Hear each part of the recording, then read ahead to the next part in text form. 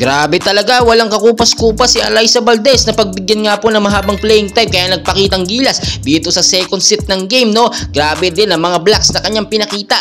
Gemma Galanza back-to-back points ang ginawa dito sa first set ng game at tila nagigil sa bola.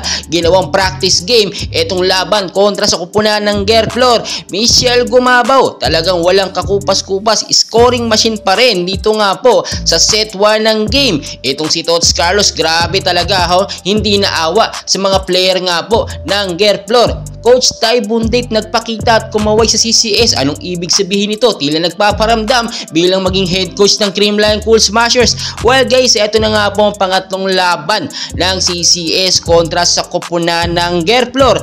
At nakita nyo naman, no, ang starting 6 lineup ng CCS ay si Kylie Negrito, Risa Sato, Panaga, Michelle Gumabaw, Tots Carlos at Gemma Galanza.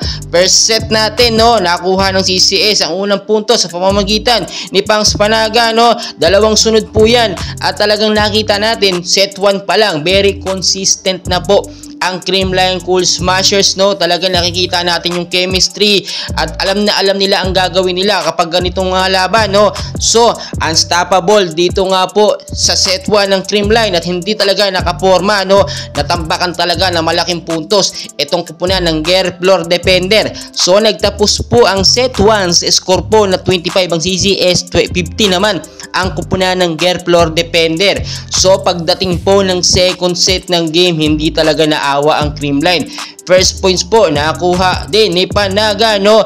At dito nakita natin pinasok na po ni Coach Sherm Meneses ang ating idol na si Alyssa Valdez. Nagsigawan ng mga fans kasi matagal talaga tayong nananabik na mapanood itong si Valdez ang kanyang appearance sa loob po ng court, no. So whole court po dito po, no, whole set 2 po nakapaglaro si Alyssa Valdez. Dito nagpakitang gilas siya at pinatunayan niya na hindi siya kumukubas. Do alalay lang yung kanyang mga palo, baka ma-injury, pero sobrang ganda naman ang pinakita. So natapos po yung set 2 sa score nga po na 25 ang CCS, 12 naman ang Gerflor. Mas malaki ang tambak ng Gerflor ngayon.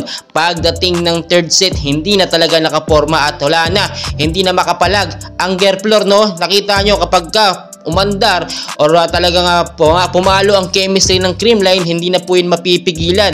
Kahit sino pong nasa loob, kayang-kaya na lang kapain. Magaganda rin kasi ang mga set ngayon ni Kylie Negrito at nai-improve niya, no, sa mga laban ang kanyang set, which is nabibigyan ng maayos na set si Gemma, si Tots Carlos at si Alyssa Valdez, no. Congratulations po sa ating kupunan ng Creamline Cool Smashers sa kanilang pangatlong beses na pagkapanalo at undefeated pa rin sila ngayong PBL All Filipino Conference. Maraming salamat.